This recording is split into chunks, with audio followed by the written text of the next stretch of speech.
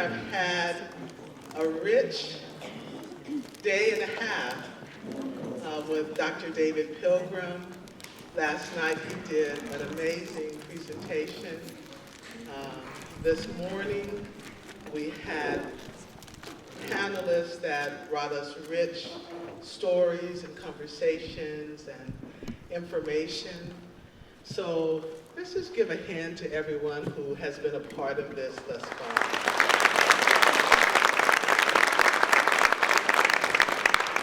I'm Francine Okuta. I direct the Cross-Cultural and Gender Center here on our campus. That's right. I also have the honor to serve as one of the co-vice chairs of the President's Commission on Human Relations and Equity.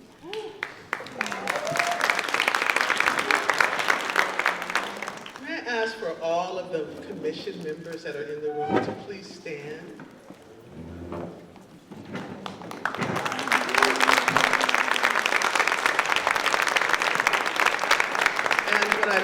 About our commission is, y'all can sit down.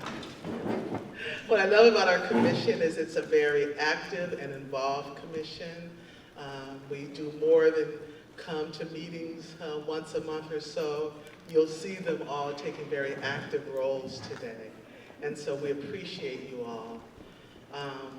You'll have an opportunity later to hear from our president, and there are also other cabinet members in the room. May I ask you all to please stand? I see our provost, I see Larry over there, I see Dr. Thomas and Dr.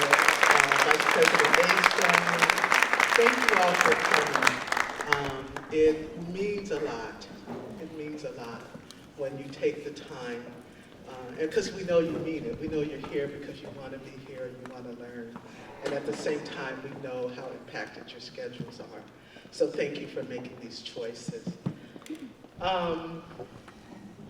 Couple of housekeeping things. I think that's my job. On your table, it's so important that you fill out your, what's this thing called? Evaluation, yes. Please make sure you do that. It helps us in our planning. It helps us to know what we're doing well and where we can improve. So if you'll please make sure you do that before you leave. You'll also find something that many of you are familiar with now, a Dogs United card. This is a project that was started by the Cross-Cultural and Gender Center, where we have individuals log in when they go to diversity events, multicultural events, and particularly events of groups other than their own. And you simply fill the card out, and we log it in, and at the end of the academic year, we will celebrate all of those who have been increasing their cultural competency by participating. You'll also see on the tables this card, which is an announcement of our conversations on inclusion, respect, and equity. This is another concept that came out of the President's Commissions on Human Relations and Equity. The third Thursday of each month, in USU 312, we come together and have conversations about inclusion, respect, and equity, and what's going well on our campus, how can we improve things on our campus, and what specific actions are being taken and can be taken to increase inclusion, respect, and equity on our campus. And I think the final thing I want to, well, maybe two things, tell you about. You'll see also on your table a flyer for Cross-Cultural Celebration Week, which is this week.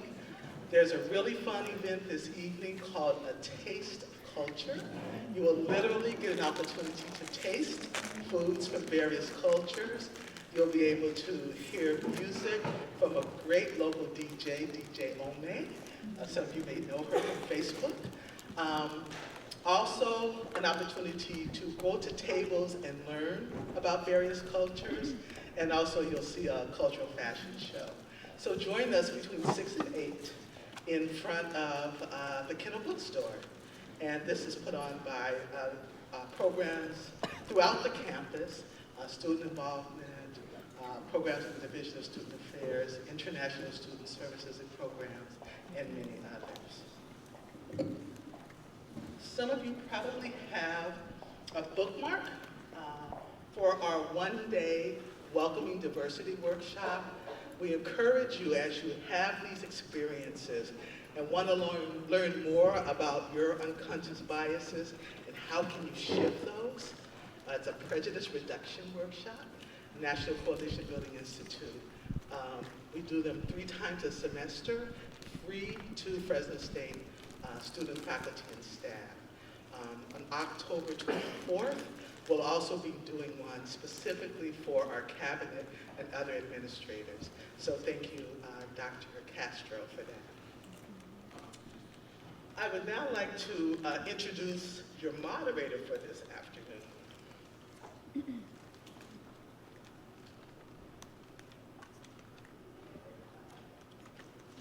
It has been a distinct pleasure to get to know Dr. Ignacio Hernandez. Dr.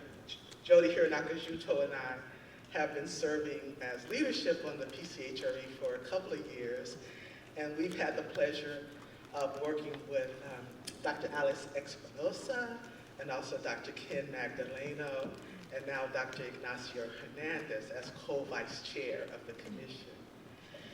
He is an assistant professor in the Department of Educational Leadership at Fresno State. Ignacio turns to minority-serving community colleges as a source of inquiry within the broad institutional landscape of higher education in the United States. His research seeks to highlight the experiences and lessons learned by Latino leaders in community colleges that may serve to reimagine normative definitions of community college leadership and the social practice of leadership in higher education. Ignacio is the son of Mexican immigrants from Jalisco. How did I do? Mexico. He was born and raised in Los Angeles County and attended public schools in Southern California's San Gabriel Valley. He began his journey in higher education by enrolling at Mount San Antonio College, Mount SAC, one of California's community colleges. After earning an AA at Mount SAC, he navigated the transfer pathway and earned a BS in mathematics from California State University, Long Beach. At CSULB, Ignacio also completed an MS in counseling with an emphasis in student development in higher education. Ignacio left California for the Midwest, where he completed his PhD with a major in education and a minor in statistics at Iowa State University in Ames, Iowa. Let's welcome my colleague and friend, Dr. Ignacio.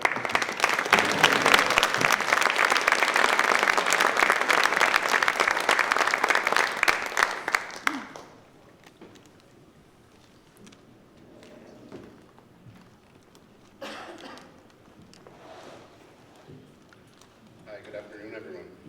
I want to thank you all for being here, and thank you, Francine, for that kind introduction.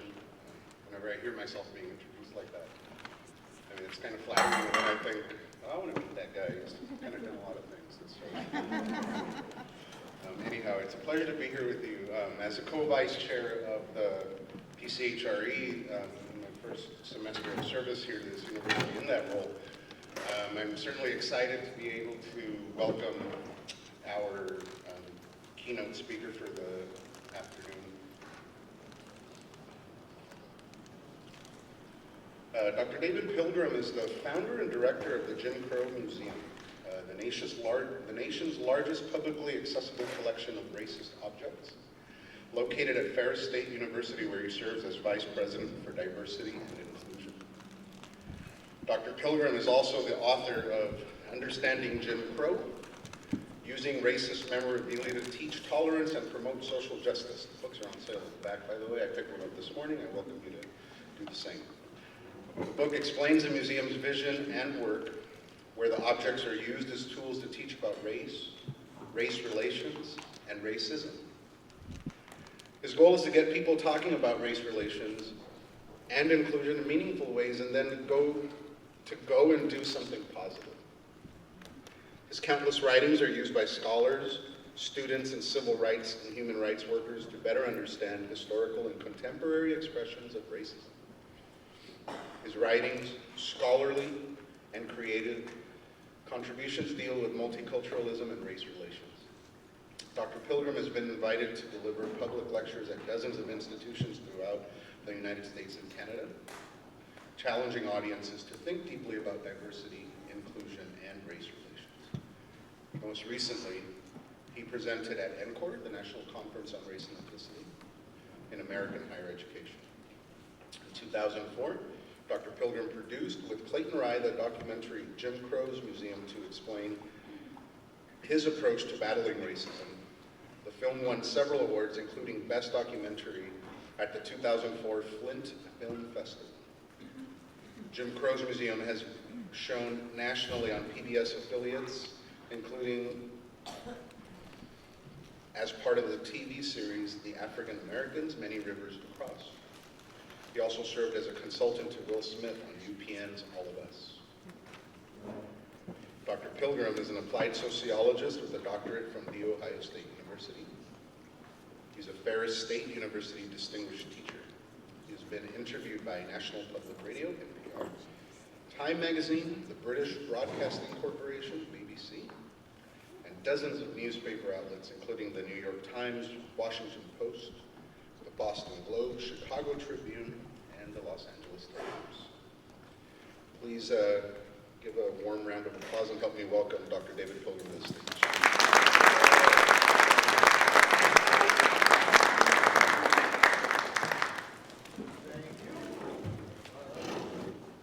So he told me to press this little button, and pressing the button. That's good, it's like magic. And then she said that if I had this in my hand, it would make that thing move. Okay, good, so we're all good. Thank you so much for inviting me to Fresno. I would say almost everybody has been nice. There are a couple exceptions, I'll point them out. Someone just asked me, like, when is it appropriate to joke? That is such an important question because on many of our college campuses, we're afraid to joke now. I will get back into that later. Anyway, I start with a quote from Dr. King. It is from a letter from Birmingham jail. And it's such an ugly metaphor, the idea of a boil. What's the real name for boils? What's the scientific name for boil? Anybody know? What is it? Okay, let's go with boil. Because I can't hear what you're saying. But anyway, his point is that if you have this boil, this sore, this whatever it is, the only real way to get rid of it is to lance it, to stick a hole in it and let all the ugliness come out. And that was his metaphor for how to deal with racial injustice. And that's what the Jim Crow Museum is. It is treating racism like a boil. I want to alert you that a few of the images that I will show are unpleasant. I've said before, and I'll say again, that the things that are, many of the objects that are in our museum, they should either be in a museum or in a garbage can. And so I have to show them to you because, in other words, I'd be trying to describe them and I wouldn't do them justice. This is the front of the museum, and we have a controversial tagline. I don't know if you've been in this work for a long time like I have, but if you have, you've noticed the way words shapeshift. So years ago, you used to hear people use the term desegregation. You don't even hear people say that anymore. Integration, pluralism, multiculturalism. I mean, these terms, they come in and they go out of fashion. Even the term diversity now. There's people debating diversity. We don't want diversity. There's people that are now debating the term inclusion. We don't want inclusion. And so a word like tolerance really upsets me. Actually, our tagline offends both the left and the right. Because the people on the left say, well, we don't like the word tolerance. We don't want to be tolerated, damn it. And the people on the right say, oh, social justice, that's some communist term. So I think we must be doing good work because we're insulting both sides. And actually, if you look at UNESCO, their definition of tolerance, it is the umbrella term under which acceptance flows. So words do matter, but we start sometimes with Bruce debating our tagline, and that's okay. I don't know how many pieces we have. I just threw a number up here. The reason is we had some technical difficulties, and we lost our inventory. So we've had to re-inventory the entire collection. Yeah, that was a really bad day when I discovered that. But we have at least 12,000 pieces. And actually having to re-inventory the collection has given us some new opportunities to do some things differently. My best estimate, my best guess would be that we probably have about 14 or 15,000 pieces. And people send us pieces every day, and I say no to nothing. Because even if we have 100 copies of the same thing, it just further proves the point, which is these objects permeated our society. They were so pervasive that they were everywhere. There's 2 times I think of the word omnipresent. One is in relationship to God. The other is the presence of racist objects. They just seem to be everywhere. By the way, if you have some, how many of you have an object in your home that you believe might fit into the Jim Crow Museum? Raise your hands. All right, I'm going to need that object. I have begged, borrowed, and stole. Our old president, this is being YouTubed, the Vimeo, just cut this part out.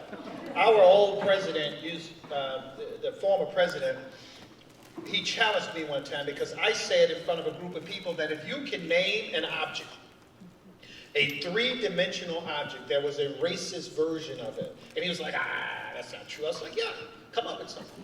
And so he and I had we went back and forth. And one day he came to me and he said, I saw a racist scarecrow. And I said, well, did you get it? He says, no. But what I did do was I went by the guy's home, knocked on the door, and left my contact information. And I said, so he wasn't home and you didn't get it? And really, you have a couple pieces in the exhibit here that, okay, so our job. Does everybody understand that or accept that a facility, a place, a space can be uncomfortable but still safe? And I think sometimes we confuse those. I have every intention when a person comes into the facility that they and I engage in a kind of pushing back and forth with others. I have no interest in crushing them, but I have every interest in us talking. So it can be safe and still uncomfortable. So we want to have, it's weird. It's like in the U.S. you hear people saying, and I have this all the time. I'll finish my presentation. Someone raises their hand and they say, if you would just stop talking about racism, racism would go away.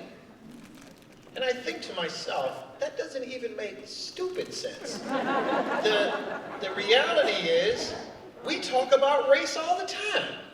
We talk about it in the restroom. We talk about it in our offices. We talk about it at the water cooler. We talk about it in places where our ideas are not challenged. But we talk about race all the time. And no single person, including this one, has the influence to keep racism going by the discussion.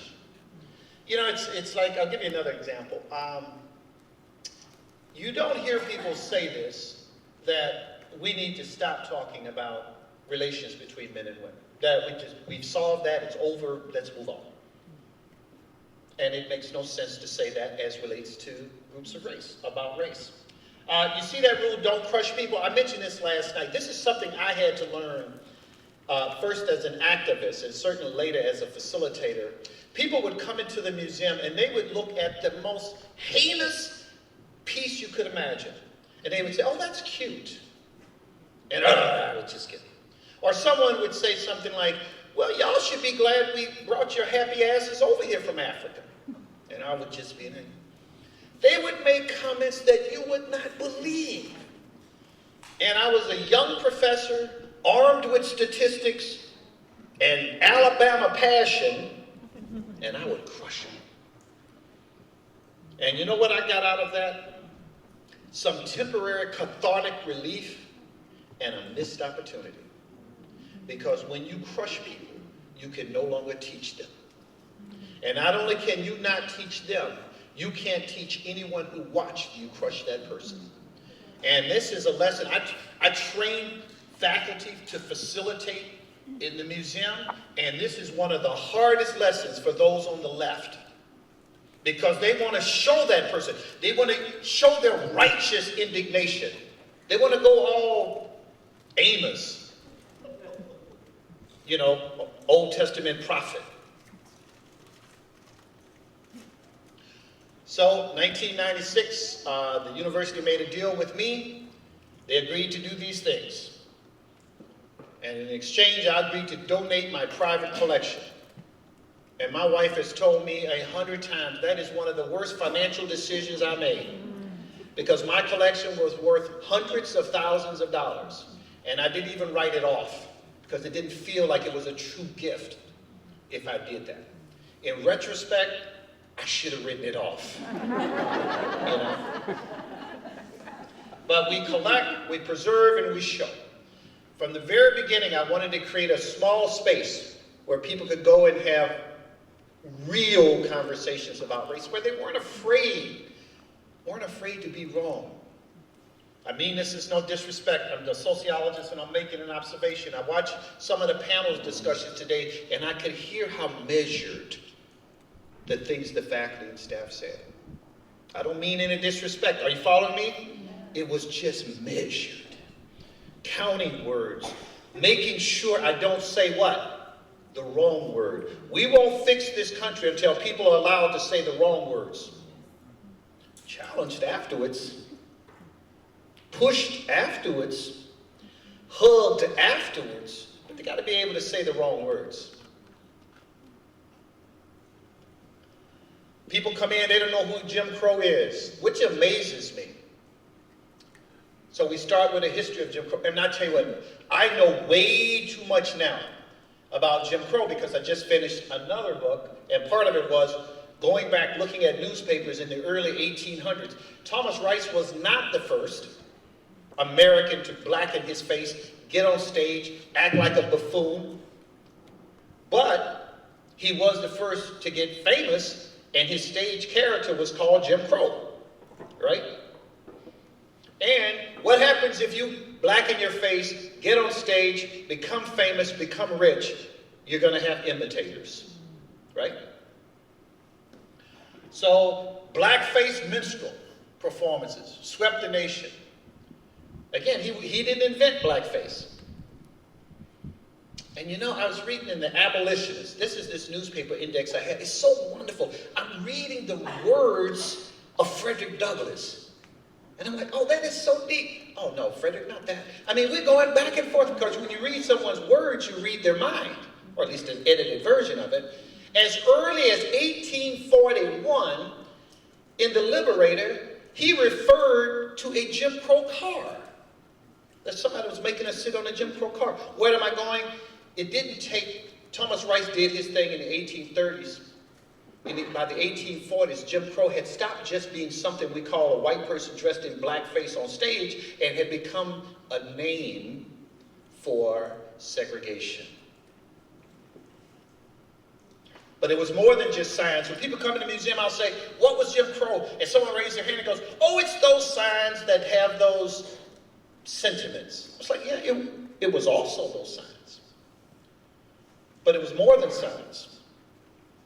Jim Crow was every attitude, taste, and value and behavior that undergirded a racial hierarchy. Everything. not just the signs in the yards.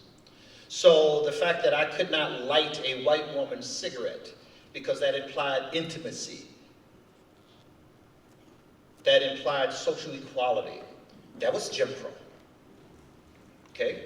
The fact that a white nurse could not tend to a black patient, that was Jim Crow. Wasn't just the fact that a person would have to avert their eyes, or that a black person could never show sympathy, because sympathy implies superiority. That was all Jim Crow. Jim Crow was also poverty.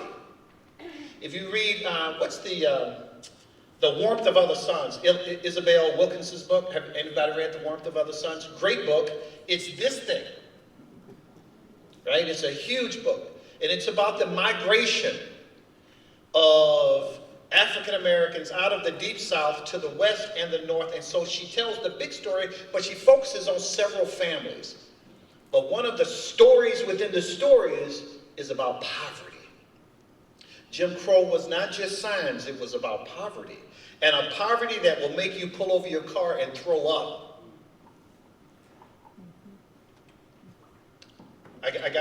There's two kind of people in the world, the kind of people who can focus and the kind of people who, there goes a squirrel. I am the second group, so there went a squirrel. When I was a little boy, I grew up in Mobile, Alabama, and there was a dump near us. What I guess you call them landfills now. We call them what they are, dumps. And people lived on the dump. That's where they lived. We, at the time, the United States was 5% of the world's population, controlling about 40% of the world's wealth, and we had people living on dumps. And I remember being a little boy thinking, that is so awesome, to live on a dump. I was stupid. I mean, by that I mean ignorant of the reality of people's lives. I was a little boy. I thought it would be so awesome to live on a dump. The other thing that story reminds me of is that I was so poor that they didn't seem poor to me. Does that make sense? They didn't seem that, they weren't that different. I say that neither bragging nor complaining, just stating the fact. I'm not one of these people that romanticizing having been poor. Jim Crow was also about violence. I won't write another book like the one I just finished, because I truly believe this, that to write about things like lynching, there's a process that is harmful to humans. And by that I mean this. In my case, I read hundreds and hundreds and hundreds of newspaper accounts of lynchings. But out of that might only come 8 paragraphs. But all that has to go in. And then it has to come back out in some way. And I read things about lynchings. I know stuff, and I learned stuff I didn't want to know. Jim Crow could not have existed without violence, because people would not put up with a racial hierarchy unless there was violence, both real and actual and potential. Gave a talk at Stanford. Some student raised his hand and he said, "Hey, all your objects, I have one word. One umbrella term to summarize all your work, all your objects." And I said, "What word?" He said, "Propaganda." And I was like, actually, that works.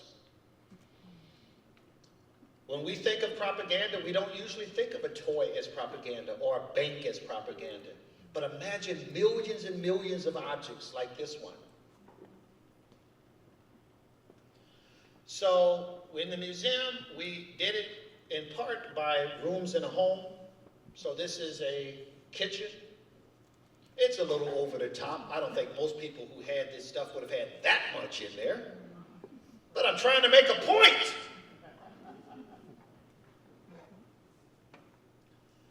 So we believe that objects can be used as teaching tools.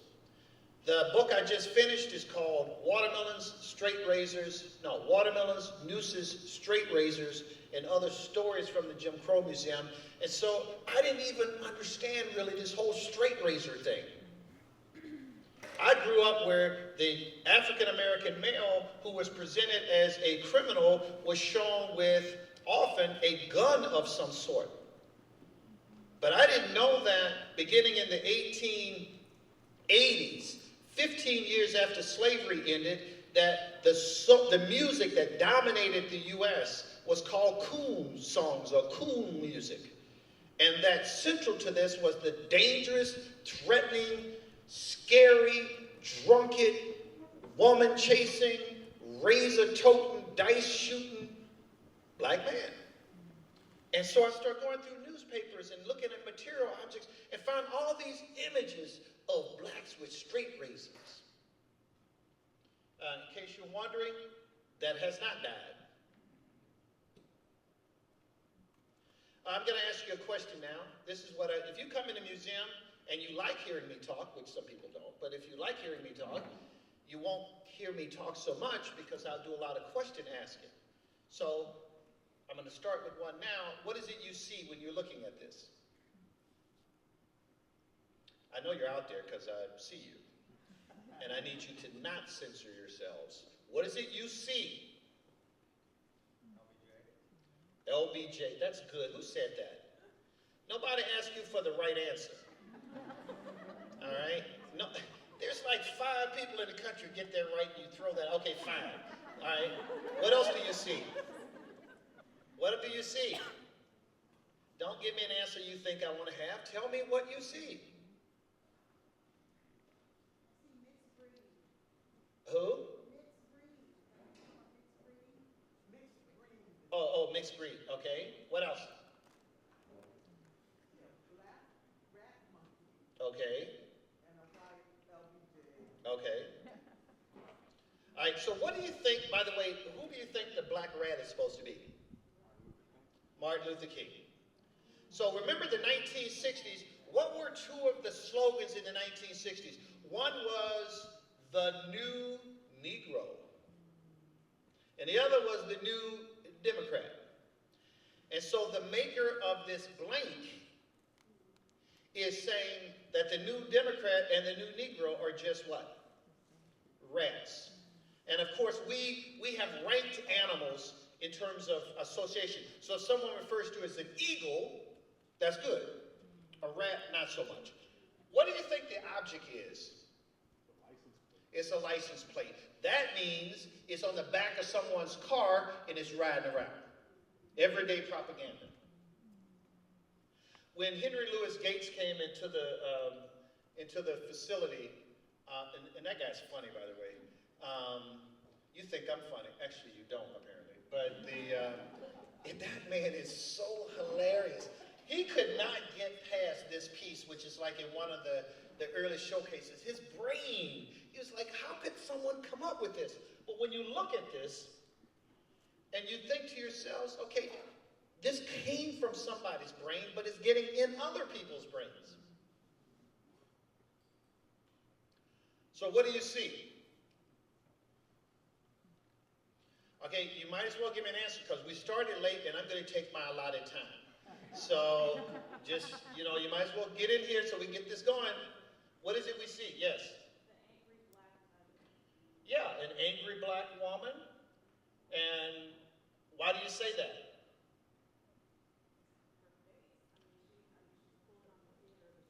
Okay. And what else? Yes, the fist. Okay. So is this a person that you want being the mayor of your city? Yeah. No, it may be. It may be. But not the way it's drawn. Right? Is this a person you want sharing a classroom? You get what I mean? Material objects reflecting, but also shaping attitudes toward groups. This is a trade card. The idea of black people as what? Furniture. As furniture. We have probably 10 or 15 images of black people as furniture.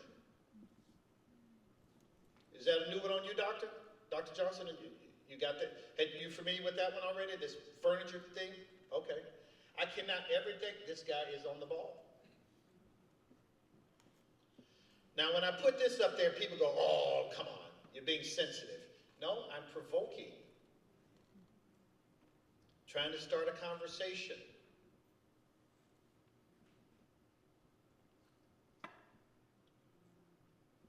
How many of you saw Django Unchained? Anybody? Did you leave there angry at Stephen, the character? Did you raise your hand if you left there just actually angry at him? That's amazing. It's every black person in here who saw the movie. Real quick, the original Uncle Tom, not the Uncle Tom that we have. Does everybody understand that? The original Uncle Tom, powerful, physically strong, a person of character and all this other stuff. And it came to mean, of course, something else because those people that supported slavery couldn't allow that other narrative out there. Okay, that one's easy.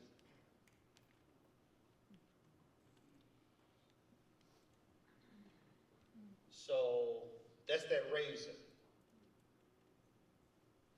The straight razor.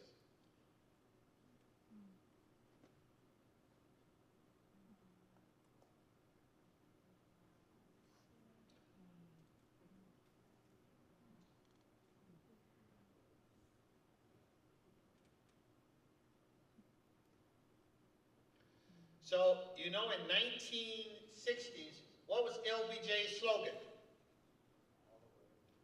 What? All the way with LBJ. So, and what is that first piece? It's not an ashtray, it's a what? It's a license plate again. And so on the back of someone's license plate is this, go all the, so what's the message of the license plate?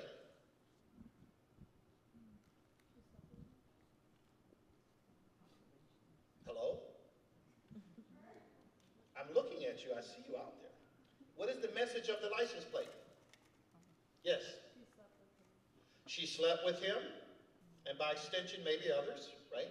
So this kind of black woman as Jezebel, sort of hypersexual being, okay? What else?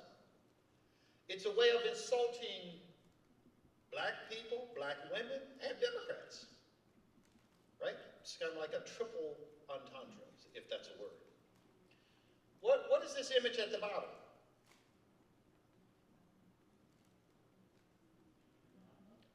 Well, I mean, that's her name, Nikki, but what is the image? Yes. I like when you get involved. But how can you do that? You're multitasking. It's hard enough to sign me. Trust me, I understand. All right? And are you signing me saying it's hard for her to sign me? All right. What else is going, what is this object at the bottom? Why am I saying it's an object? I don't refer to people as objects. Hello? People look at it just for her butt, her object, her body. That is a good point, but I am referring to it as an object. So why am I doing that? Yes? I think it makes her look just like a sexual animal, not even a woman to be respected or anything, an animal with the chains on her neck and just ready to go, whoever wants to come up to her. That is absolutely correct, but why am I referring to it as an object? I wouldn't refer to a human as it. What am I? Yes? There's Nikki in like as a person, but then there's also the image that circulates. You're giving me way too much credit. What else? Anybody else? That's a good point, though. You're all making great points. Why don't you just tell us? We're never going to get it. Okay, can I just tell you what it is? Should I just tell you? Yes. That's the wax statue that's in, you know, what is it, Madam? Yeah. So that's why I'm calling it an object. And you were all right, because one of the favorite way of people experiencing that object is to feign having sex with the object. So they take these pictures with the object. Okay? Madame Toussaint, is that the name of or whatever that place is, you know? Okay? Now, does it make sense? Well, next time you could just save time and just tell us that. So I not only use objects to teach, I want you to. I not only think it's a good idea for the Jim Crow Museum, I think it's a good idea for other places to do it. I have no proprietary interest in this. I help people start museums, but beyond that, I want the teaching method out there. So here are just two of the exercises that we use, and these are really good. The one I would have used with this group, because we're in a professional work environment, a climate where people measure their words about race and sex and everything else. And so one of the things I do with professional groups like this, we have the storm, where I'm trying to get you beyond that. Just tell me what you think, and just get it out. And so that's that exercise. The other side is one of my favorite exercises, and that is I put people into groups and I tell them you only have 25 words to describe it, but the group has to agree on all 25 words. And I don't care what 25 words they come up with. I'm interested in the interaction between the people, how they negotiate which words to use. And I've had people get angry because I claim that I'm going to grade them. And I've had teachers, because I do a lot with professors and staff, they get mad because they didn't get an A. And I'm like, it's got nothing to do with the grade. Fine, you get an A. What I'm concerned about is that you think the word racist should be in there. You think the object says it and it shouldn't. Or you think the word process, you know what I mean? It's to get people talking. So I'm going to show you some pieces today, some objects today. I'm going to go through them relatively fast, but I want you to think a simple question. If you were an alien, a real alien, so that means you're a Romulan, or give me one, a Vulcan, all right, a real alien. So, whatever that thing is.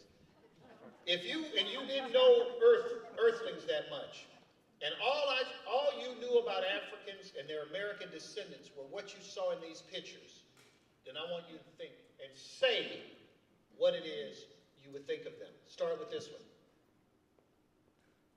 Say it. Violent. Ugly. What? Grotesque. Animalistic. Uncivilized. Okay? And postcard. Okay?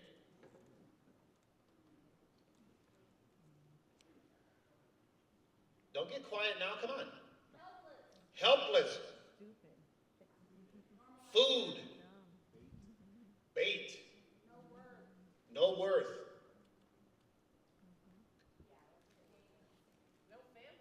No family. Alone. By yourself. Well, it's also making fun of them. It says free lunch in the jungle. Yeah, absolutely. Making fun of them. Okay?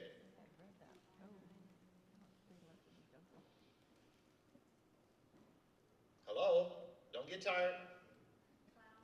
Clown. What else? No parents. Okay. Okay. So, very good. What else?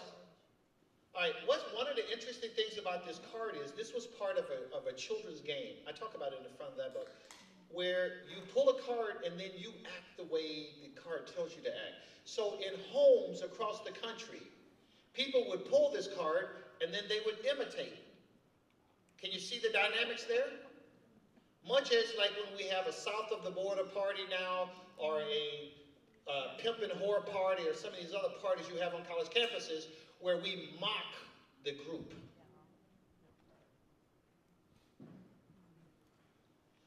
Have you seen homes that have these? Not saying you're racist to have one of these in front of your home. What I am saying is that there is a racist history. And I know that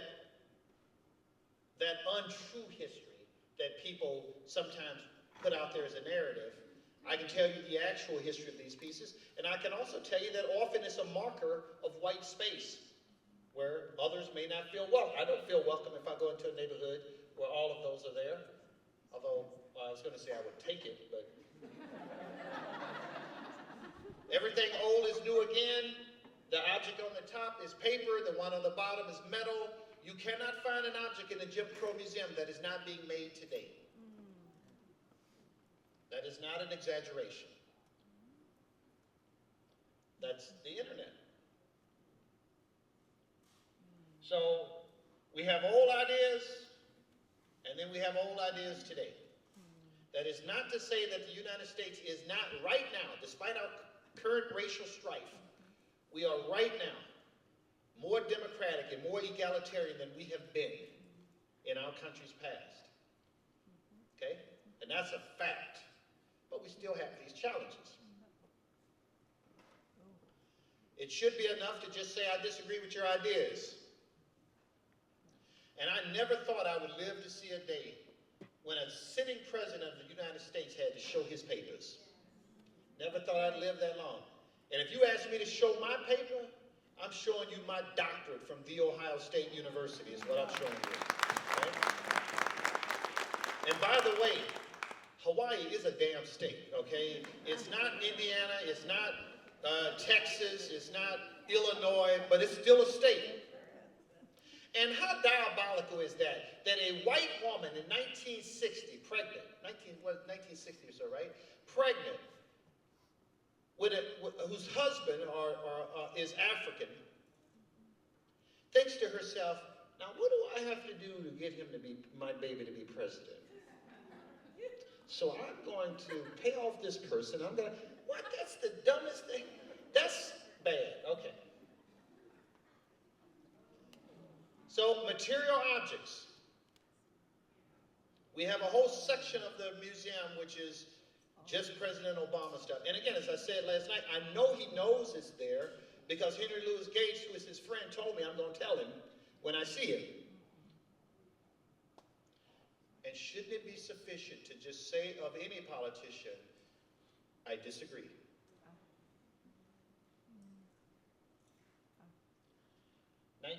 The thing I like about that 2007 picture is that the person is wearing Michigan pants and I'm an Ohio State graduate. So it gives me a chance to insult them in the course of my professional work. But the reality is it was actually at Clemson, so I don't know why they're wearing Michigan pants.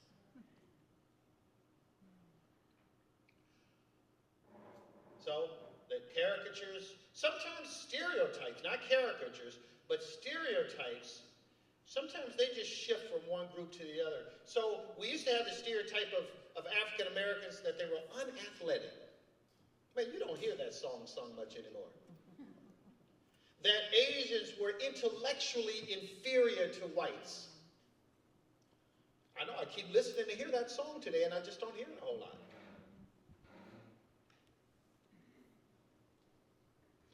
And of course, one of the ways that we try to dismiss women is by presenting them as men.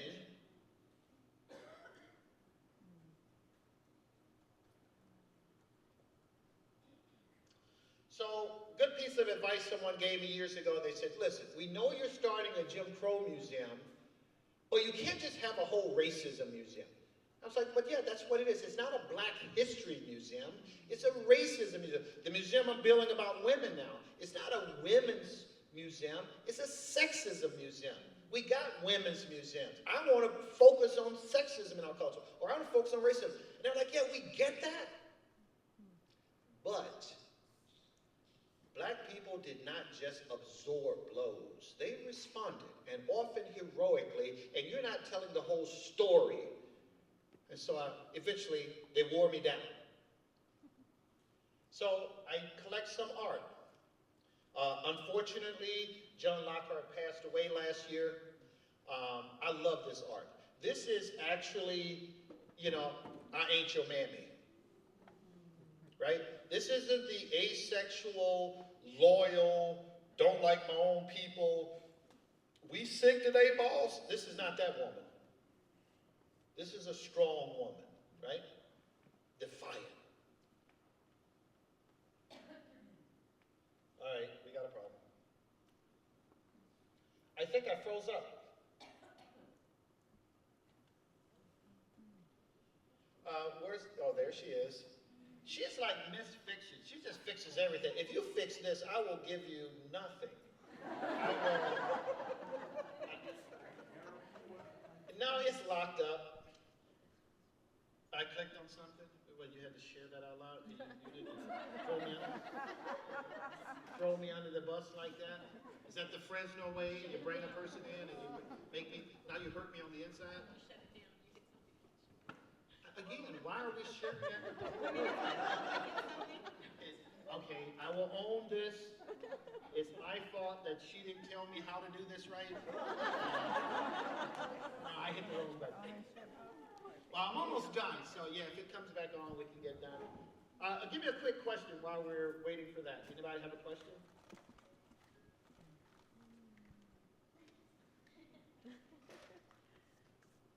Yes, ma'am.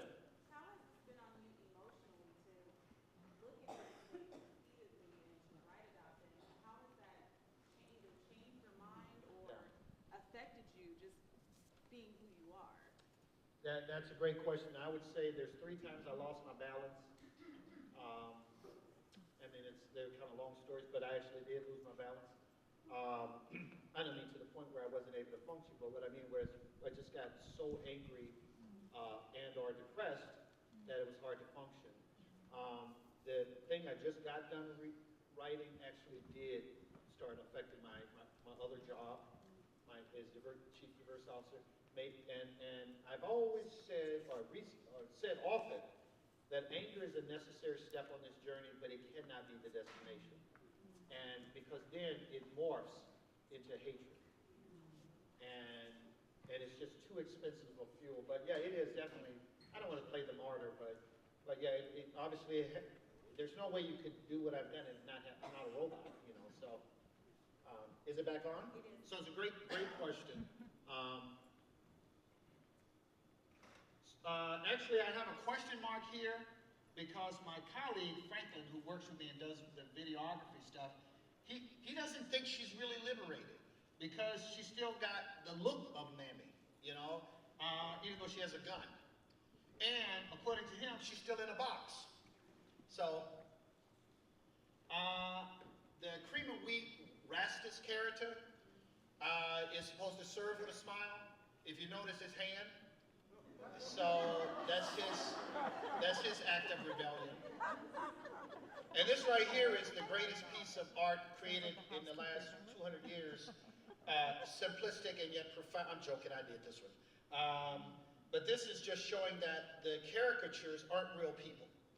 And one of the things we see is that when people see physical caricatures enough, the difference between caricature and real person blurs in their head. So just when you thought it was safe to come out, you end up with t-shirts like this one. And when I first saw this, I gotta have this. Gotta have this. Because that's succinct, right? That is straight and to the point.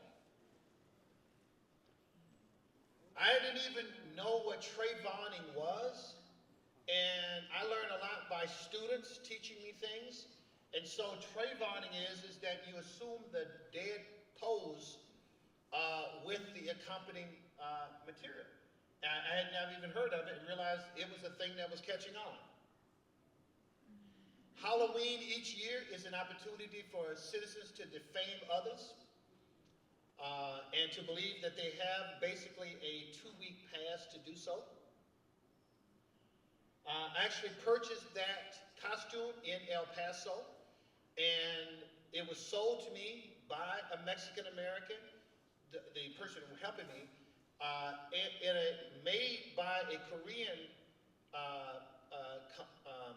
manufacturer, sold to me by a Mexican, the salesperson who helped me decide on it, and then a white American at the front who took my money. And I remember thinking, this is multiculturalism in all the wrong ass ways, you know? And of course, we're going to see more of this, and we've already started seeing this. So this is my pilgrimism for the day. I try to leave a pilgrimism each time. Here's mine. I don't want to live in a post-racial society. I want to live in a post-racism society. And so that's simple. I'm not going to argue with you. It's silly to talk about post-racial society when I can go to prisons and notice a pattern. And I line up all the poor people in the United States and I notice a racial pattern. When I look at the death rates, the mortality rates, the age at which people die in this country. When I look at every bad measure in the U.S. and notice that peoples of color are at the bottom, you cannot tell me that it does not matter the way they look. That's silliness.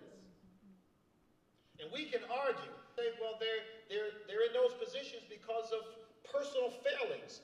And liberals say it's because of the system. I'm just a sociologist, and I'm counting people, noticing that there's a pattern. We can argue about why the pattern exists. So I want to challenge the people here, as I do everywhere. Make a different ashtray. Tell a different story. Start a different poster campaign. Do something. Do something. And I think this right here is the last slide. I'll make sure. Yep, darn it. There we go. If you know H. Ross Perot and you know me, you probably figure out I don't quote him often. But this is a quote despite the sexist language. There's an idea here that I appreciate. So many times we spend good cash flying somebody in. They come into our cities, they come into our towns, and they tell us what's wrong. Well, hell, we already knew what was wrong. That you didn't do anything. That's not activism.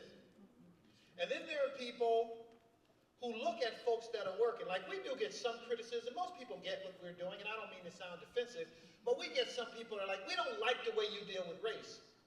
And my response to them is until you get your pant legs wet, until you've been in dirty water, I'm not hearing you as much as I could. I'm going to listen, but I'd hear you more and better if you were doing something. So thank you for inviting me to Fresno. This has been wonderful, and I look forward to the remaining time that I have with you.